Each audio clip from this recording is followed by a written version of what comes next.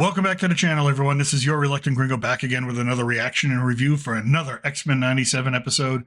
This one, episode 5, titled Remember It. To those of you who did not like my critique of episode 4, an episode that I did not find up to the standard that the show set for itself, let me start off with this. Episode 5 is, for me, a prime example of how a great X-Men story is told, how it is presented, how it can achieve multiple narrative goals at the same time, and really mine from the source material great character arcs and great plot twists. In short, this is the best episode of the series so far. You can call me whatever name you want, because I know there are critics out there that just want to dunk on whatever Disney puts out, and I've done my fair share of dunking as well, but I also believe in telling you when something is great. So let's call this episode what it is: simply awesome. Let's get into it. This episode opens with the news media interviewing various X-Men because Genosha, the mutant island sanctuary, is going to be admitted into the United Nations. This journalistic endeavor is an attempt to reframe the mutant experience for normal people and bridge the divide. We get a moment of Beast being the diplomat and academic that he is, followed by Cyclops, which does not go as well as expected. He is still struggling internally with the loss of his son in episode 2, and the idea that he is still connected to Madeline Pryor, the Jean Grey clone created by Mr. Sinister. Cyclops basically loses it with the reporter and lets out a lot of anger. At the same time, the real Jean Grey is using her abilities to sort out the memories that are hers and the ones that belong to the Goblin Queen, only to be interrupted by a very sage Wolverine, who she kisses, and we get more of the budding love triangle that is Jean, Scott, and Logan. I think the writers did a great job with Cyclops in this episode, really showing his trauma and making a great case for those who are in need of help, and I mean mental health help. There is not a specific call out to the importance of mental health in the dialogue, but for me, when I see the pain and anguish Scott is in, it is clear that he is a lost soul dealing with a lot of tragedy, and mutant hero or not,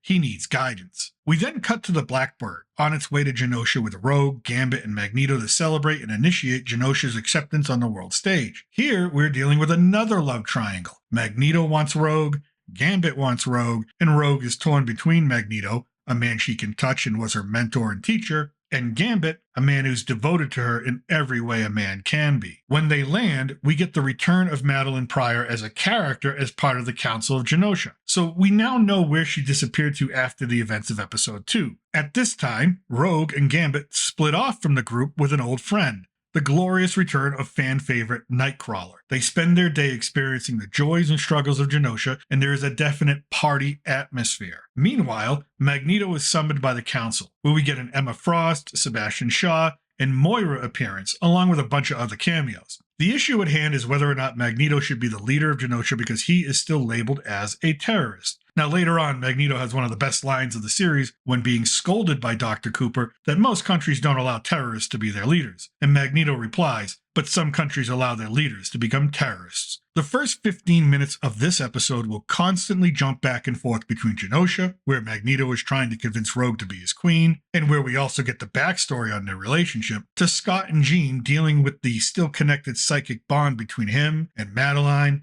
and Jean's anguish about it, and how she chose Scott over giving herself over to the Phoenix Force. Now, some may say there was not enough action in the first half of this episode, and I will respectfully disagree. Action is only value added after you've built tension and conflict, something this episode perfectly does in so many, many ways. We have personal conflict, political conflict, social conflict, internal conflict. Everywhere you look, there is chaos on the horizon. And like a great 3-act play, this Act 1 lays the foundation for monumental events to come. It is an example of what wonderful storytelling and character development truly is. And as these conflicts play out, Magneto basically proposing his plan to Rogue, Gambit resigning himself to never having his true love, Jean and Madeline struggling with uncontrollable visions, we finally get our action. And it does not disappoint. As Genosha celebrates at a very high-class social gathering, there is an attack. And here we get our first Cable appearance as he appears to his mother, seemingly time jumping from the future to warn her of the attack, and this time jump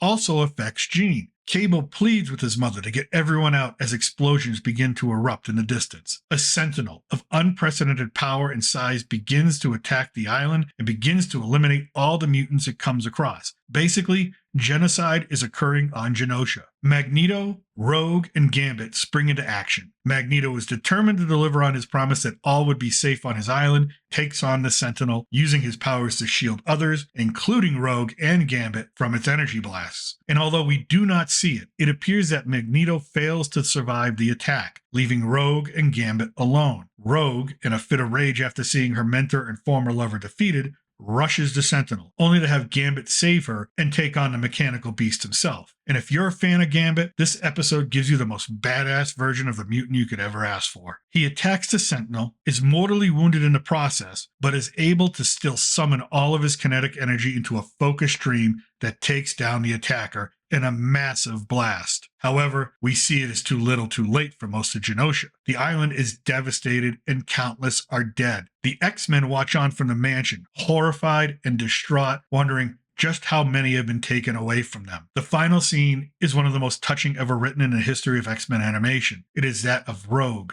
cradling the body of Gambit and weeping softly the words, "Sugar, I can't feel you." And with that, we fade to black. This episode is an emotional gut punch and delivers on every level you could possibly imagine. And now we are left wondering who is dead, who is alive, and who is behind the attack on Genosha. Most of you will remember that Bolivar Trask escaped in the first episode of this series, and it is plausible that he is behind the attack. But I have to say, I think I was correct in a previous video that I posted on the character of Cassandra Nova, Professor X's estranged twin sister. If you want to know more about her, I'll leave the link in the description so you can check that out. But I am now even more confident that Cassandra Nova will be the main villain in this series and in the upcoming Deadpool and Wolverine movie. The attack on Genosha by Sentinels is taken directly from her origin story when she was first introduced, and also led the way for the return of Charles Xavier to the X-Men. In the comics, Cassandra does find a master mold for the Sentinels and does unleash a similar attack on Genosha, except in the comics, only Emma Frost survives the island massacre. So yeah,